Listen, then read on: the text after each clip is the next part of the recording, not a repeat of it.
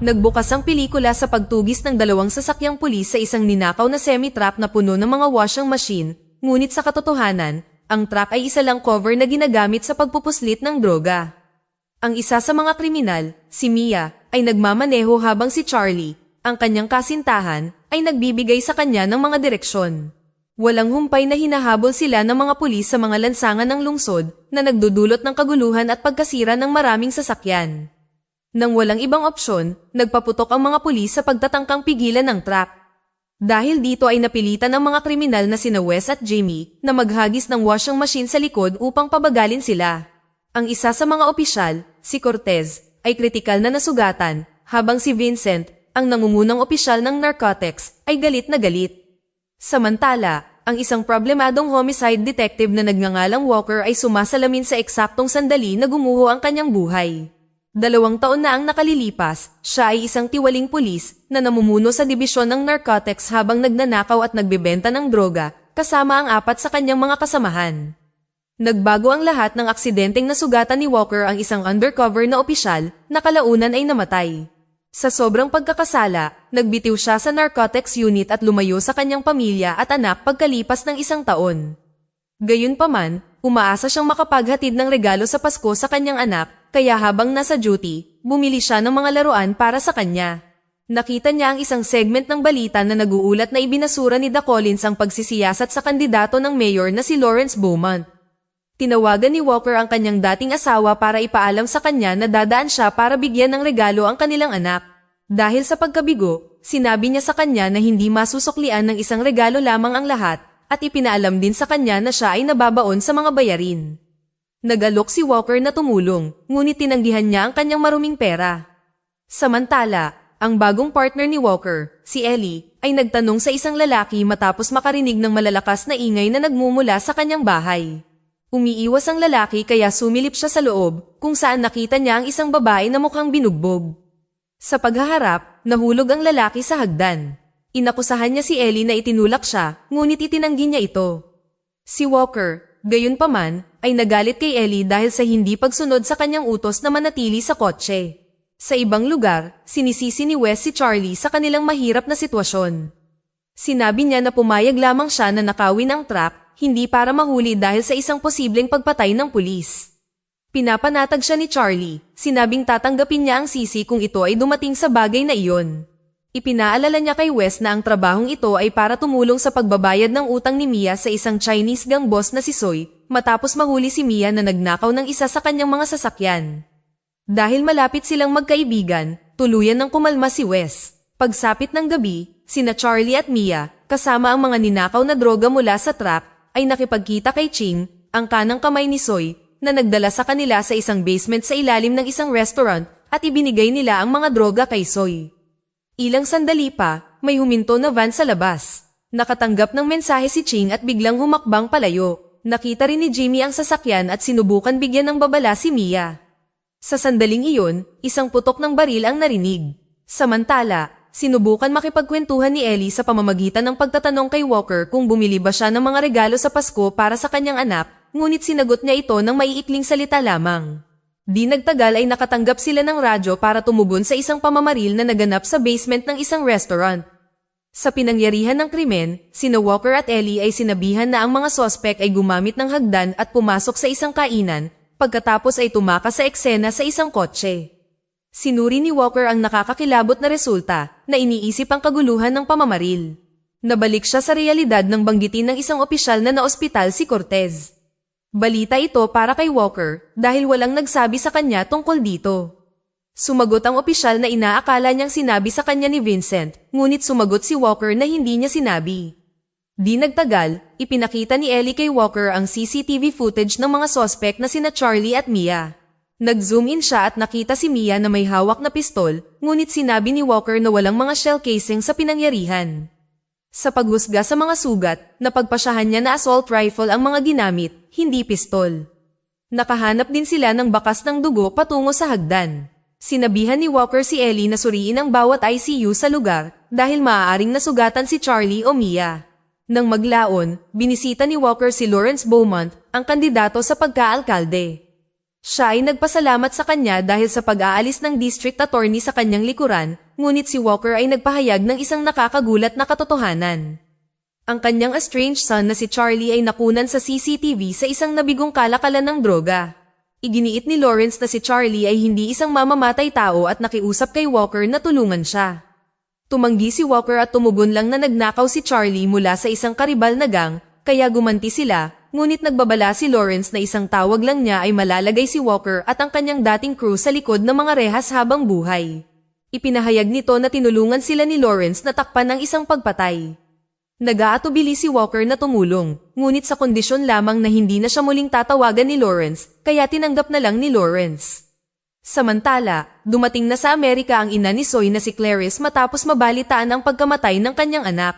Binati ni Ching ang kanyang kapatid, ngunit malayo ito sa pagdadalamhati. Galit na galit at nagdadalamhati, binigyan niya siya ng malungkot na utos. Hanapin ang pumatay sa kanyang anak o pagbabayaran ang kanyang buhay. Samantala, sinusubaybayan ni Walker ang doorman mula sa restaurant at pinahirapan siya para sa impormasyon tungkol kay Charlie, ngunit dahil Cantonese lang ang wika ng lalaki, hindi siya maintindihan ni Walker, kaya tumulong ang doktor sa pagsasalin. Sinabi ng lalaki na hindi niya nakita si Charlie ngunit nakakita siya ng mga demonyo at hockey mask. Frustrated, umalis si Walker at bumisita sa ospital kung saan natagpuan niya ang kanyang mga dating kasamahan sa narcotics unit, sina Jake, Harold, at Vincent. Kahit na matagal na niyang hindi nakakausap ang mga ito, patuloy pa rin siyang nakikipag-ugnayan kay Cortez. Ibinalita ni Vincent na narinig niya ang tungkol sa pagnanakaw ni Charlie sa trap na ikinasugat ni Cortez. Sinabi niya kay Walker na bagamat naiintindihan niya ang paggawa ng pabor para kay Lawrence, hindi iyon nangangahulugan na makakatakas ng libre si Charlie para sa pinsala ng isang pulis. Nanatiling tahimik si Walker. Nagdahilan siya at tumungo sa silid ng ospital ni Cortez, kung saan nakita niya ang asawa ni Cortez, si Angie. Sinabi niya sa kanya na si Cortez ay nasa matatag na kondisyon sa ngayon. Tiniyak ni Walker sa kanya na malalagpasan niya ito dahil siya ay isang palaban. Malungkot na ibinahagi ni Angie na palaging tinitingala ni Cortez si Walker. Isinasaalang-alang pa niya ang pag-alis ng narcotics upang sumali sa homicide para kay Walker na nagsasabing hindi siya nasisiyahan sa kanyang kasalukuyang tungkulin. Ibinunyag din niya na bago pumasok sa operasyon, may nabanggit si Cortez na misteryoso, na silang 5 ay nasa malubhang problema at si Walker ang nag-asikaso nito. Sa sandaling iyon, tinawag ng doktor si Angie para sa isang pribadong pag-uusap. Nag-flashback sa isip ni Walker ang nakalipas na 2 taon. Matapos patumbahin ng isang sospek, napagtanto ni Walker na ang lalaki ay isang undercover agent na sinusubukang hulihin ang mga nagbebenta ng droga. Gusto ni Walker na iulat ito, ngunit tumanggi si Vincent, sinabing mapupunta sila sa bilangguan kapag inilantad sila ng agent. Pagkatapos, binaril ni Vincent ang agent ng maraming beses sa halip. Sa ibang lugar, kumukuha ng mga larawan si Mia para sa kanyang pasaporte. Ang kanyang tiyuhin, si Raul, ang tumutulong sa kanya at kay Charlie na makakuha ng mga bagong pagkakakilanlan. Nagalit si Raul na kinuha niya ang atensyon ni Zoe at sinubukan siyang kumbinsihin na iwanan si Charlie, na sinasabing mas ligtas ito, ngunit tumanggi siya. Inabot niya sa kanya ang isang telepono, sinasabing tatawag siya kapag handa na ang mga pasaporte. Balik tayo sa presinto, nilapitan ni Walker si Ellie, na nagpaalam sa kanya na isang hockey mask ang nakuha mula sa eksena. Ipinaalam sa kanya ni Walker na natagpuan niya ang doorman sa restaurant, ngunit hindi nagbigay ng anumang kapaki-pakinabang na detalye ang lalaki. Pagkatapos ay napansin ng kanyang mga mata ang isang litrato ni Clarice. Tinanong niya kung sino siya, at ipinaliwanag ni Ellie na si Clarice ang ina ni Zoe, ang pinuno ng triad gang na pinatay. Siya ay dumating sa bayan para sa kanyang libing. Di nagtagal ay tinawag ng kapitan si Walker, pagkatapos ay pinagalitan siya dahil sa paglilihim ng pangalan ni Charlie mula sa footage ng seguridad.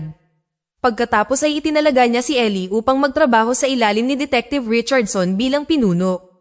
Nakaramdam ng pagtataksil, lumayo si Ellie habang sinusundan siya ni Walker. Tinanong niya kung bakit wala siyang tiwala sa kanya.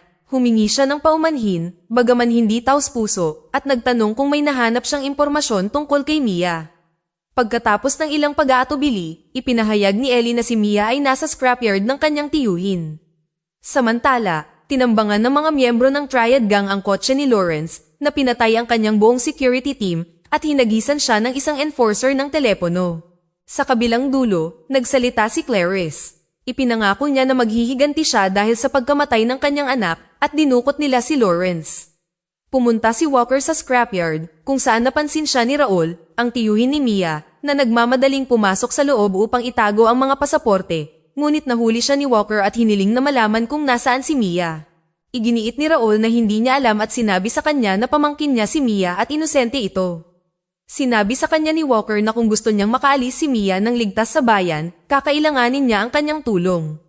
Matapos ang ilang pag-aatubili, ipinahayag ni Raul na magpapadala siya ng text message kapag handa na ang pasaporte ni na Charlie at Mia. Pagkatapos ay nakita ni Walker ang mga pulis na dumarating at binalaan si Raul na huwag magsasalita tungkol sa kanilang pag-uusap. Sinabi niya kay Raul na i-unlock ang telepono. Naghihinala, tinanong ni Raul kung sino siya. I'm a fucking cop! Pagkaraan ng ilang sandali, binunot ni Walker ang kanyang baril at inutusan siyang sumuko nang pumasok ang mga pulis upang arestuhin siya. Sa ibang lugar, tinanong ni Clarice si Ching kung nasaan siya noong gabing namatay si Soy. Nagsinungaling si Ching, sinabing binalaan niya si Soy na huwag haharapin si Charlie Beaumont, ngunit hindi siya pinansin ni Soy at sinabihan si Ching na umalis. Pagkatapos ay itinuro ni Clarice ang isang imahe mula sa footage, isang babae, at tinanong kung sino siya. Kinilala siya ni Ching bilang si Mia, ang kasintahan ni Charlie. Ipinaliwanag niya na nalaman ni Soy na ninakaw ni Mia ang isa sa kanyang mga kotse, kaya pinananatili niya itong may utang sa kanya. Di nagtagal, ibinalita ng gwardya na may dumating na nagngangalang Wes upang makita si Ching. Kinabahan at desperado, inamin ni Wes na naghintay lamang siya sa labas ng restaurant at nag-alok na isusuko ang kinalalagyan ni Mia kapalit ng kanyang kaligtasan. Pagkalipas ng ilang oras, sa isang tren, nakatanggap si Mia ng isang mensahe na pinaniniwalaan niyang mula sa kanyang tiyuhin, ngunit mula talaga ito kay Walker. Nagtungo si Walker sa isang nakapak na nightclub. Sa wakas ay nakita niya si Mia na sinusubukang tumakbo. Pinigilan niya ito na nagsasabing siya ay isang pulis at nagtatrabaho para sa ama ni Charlie. Tinanong niya kung nasaan si Charlie, ngunit tumanggi si Mia na sumagot hanggang sa nakita niya ang mga lalaking pumatay kay Soy. Itinuro niya ang mga ito kay Walker. Ito ay sina Vincent, Jake, at Harold. Lumapit si Vincent at mahinahong hiniling na ibigay ni Walker si Mia na sinasabing siya ay isang sospek. Ngunit bago mangyari ang anumang bagay, ang mga miyembro ng triad na sinamahan ni Wes ay tumungo sa club. Ang kaguluhan ay sumiklab. Lumaban si Walker sa ilang miyembro ng gang at hinabol si Mia at iniligtas siya mula sa mas maraming umaatake. Matindi rin ang pakikipaglaban ni Mia. Pinapangasiwaan ni Walker ang mga umaatake ng may brutal na kahusayan. Maya-maya ay dumating na si Charlie, kaya bumaba si Mia upang makita siya, ngunit nakialam si Walker at sinabihan si Charlie na kailangan nilang umalis dahil hinahanap siya ng kanyang ama. Hindi siya pinansin ni Charlie hanggang sa pagbantaan siya ni Walker. Sumiklab ang putok ng baril.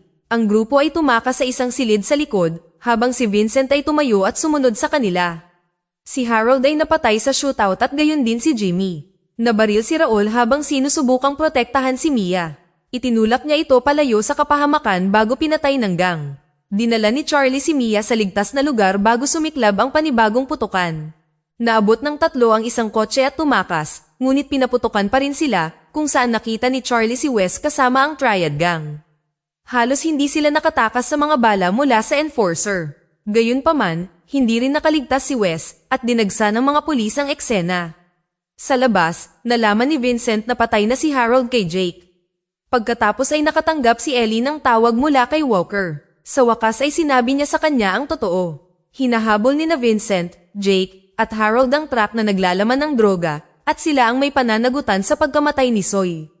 Samantala, sinabi ni Ellie kay Walker na patay na si Harold. Hinikayat siya ni Walker na pumunta sa ospital dahil naniniwala siyang hindi kasali si Cortez at natatakot siya sa buhay ng kanyang kaibigan. Nag-aalangan si Ellie, ngunit sinabi sa kanya ni Walker na pinagkakatiwalaan niya siya ngayon at naniniwalang kaya niya ito at pumayag siya. Samantala, nakatanggap ng tawag si Ching mula kay Vincent. Napag-alaman na si Ching ay nagbibigay ng tip kay Vincent tungkol sa paghahatid ng droga. Pagkatapos ay ninanakaw ni Vincent at ang kanyang mga tauhan ng droga at ibinebenta ang mga ito kay Ching na siya namang nagbebenta ng mga ito sa kanyang mga buyer. Ipinaalam sa kanya ni Vincent na nabawi na niya ang mga droga na ninakaw ni Mia at Charlie, salamat kay Ching na siyang nagbigay ng tip sa kanya tungkol kay Mia na nasa bar. Gayunpaman, sinagot ni Ching na hindi na niya kailangan ang mga ito, sinabing masyado nang mainit ang mga ito. Nagalit din si Ching, sinisisi si Vincent sa hindi paghadlang sa trap o kay Mia. Tinapos ni Ching ang tawag at handang iligpit ang balakid minsan at para sa lahat. Ito ang pagpatay kay Cortez, at pagkatapos ay plano din niyang wakasan din si Vincent at ang kanyang mga tauhan, dahil ayaw niyang malaman ng kanyang kapatid na may kinalaman siya sa pagkamatay ni Soy. Samantala, dumating si Ellie sa ospital at tinanong ang silid ni Cortez. Habang tinitingnan ng receptionist ang room number, nakita ni Ellie si Ching na may hawak na baril. Umakyat si Ellie sa itaas pagkatapos makuha ang floor number mula sa receptionist. Pagdating niya roon, pinatay na ni Ching si Cortez at binihag si Angie. Saktong dumating si Ellie para lang makitang binaril din siya ni Ching. Galit na galit, nagpaputok si Ellie. Sumunod ang isang tense na shootout, ngunit sa huli ay nagawa niyang tamaan at hulihin siya. Hinila siya nito patungo sa kanyang sasakyan. Samantala, narating ni Walker, Charlie, at Mia ang liblib na lakeside cabin ni Walker. Ilang sandali pa, tinawagan niya si Lawrence at sinabing ipinadala niya sa kanya ang lokasyon kung nasaan sila ng kanyang anak, ngunit lingid sa kanyang kaalaman, hawak na ni Clarice ang telepono ni Lawrence at tahimik siyang nakikinig. Walang natanggap na tugon si Walker at ang kaba ay dumaloy sa kanyang katawan. Huli na niyang napagtanto na nakompromiso na ang kanilang lokasyon. Si Clarice at ang kanyang mga tauhan ay nagsimulang magtungo sa cabin.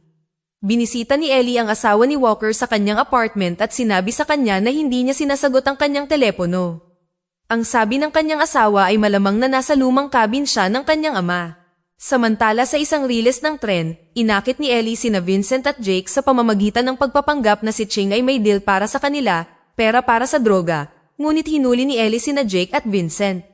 Balik tayo sa cabin, si Walker, na alamang hindi may iwasang pag-atake, ay inihanda ang kanyang sarili sa pamamagitan ng pagsusuot ng bulletproof vest at nagdala ng rifle. Sa isang kisap mata, bumuhos ang mga bala. Isang brutal at intense na labanan ang sumiklab habang sinusugod ng mga miyembro ng Triad ang property. Sina Walker, Mia, at Charlie ay lumalaban sa abot ng kanilang makakaya. Hinarap ni Walker ang enforcer sa isang mabangis na tunggalian, sa huli ay tinamaan niya ang enforcer ng harpoon bago bumagsak dahil sa pagod. Samantala, sina Charlie at Mia ay nahuli ng Triad. Dumating sina Lawrence at Clarice. Si Clarice, na hindi pa pawat at mahinahon, ay nagsabi kay Lawrence na kinuha ng kanyang anak ang tanging bagay na mahalaga sa kanya. Inabot niya sa kanya ang isang baril at hiniling na alisin niya ang tanging bagay na mahalaga kay Charlie bilang kapalit. Napasigaw si Charlie na nagmamakaawa sa kanyang ama na barilin siya sa halip. Sa sandaling iyon, sumambulat si Ellie at, sa wikang Cantonese, ay ipinahayag na maling tao ang hawak ni Clarice. Si Ching ang nasa likod ng lahat. Si Ching, na hindi nagsisisi, ay umamin sa katotohanan. Pagkaraang mamatay ang kanilang nakatatandang kapatid, siya sana ang papalit, ngunit ginawa ni Clarice ang kanyang anak na tagapagmana sa halip. Ang inggit at sama ng loob ang nagbunsod sa kanya upang ipagkanulo ang lahat. Biglang kinuha ni Jake ang baril ni Ellie at itinutok kay Charlie.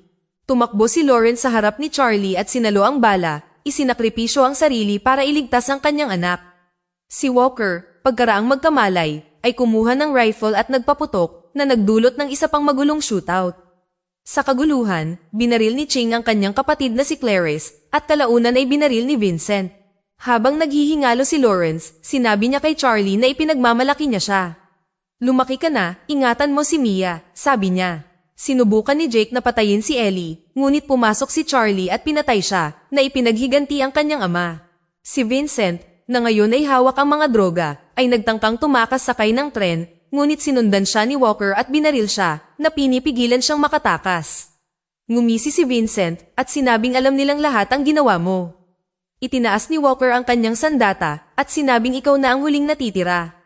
Nagpaputok si Vincent, ngunit mas mabilis si Walker. Napatay niya ito at tinapos ang lahat. Sa huli, sina Mia at Charlie, kasama ang kanilang mga bagong pasaporte, ay sumakay sa isang van, nagsimula ng isang bagong buhay na malayo sa pagdanak ng dugo, habang si Walker ay ibinaling ang sarili kay Ellie. Magaling kang pulis, sabi niya sa kanya. Gawin mo ang dapat mong gawin. Dito na nagtatapos ang kwento. Sana ay nagustuhan nyo. Mag-subscribe na kung hindi ka pa nakasubscribe. Pindutin na rin ang notification bell at like button upang matulungan ang channel, and leave a comment down below. And as always, thank you for watching.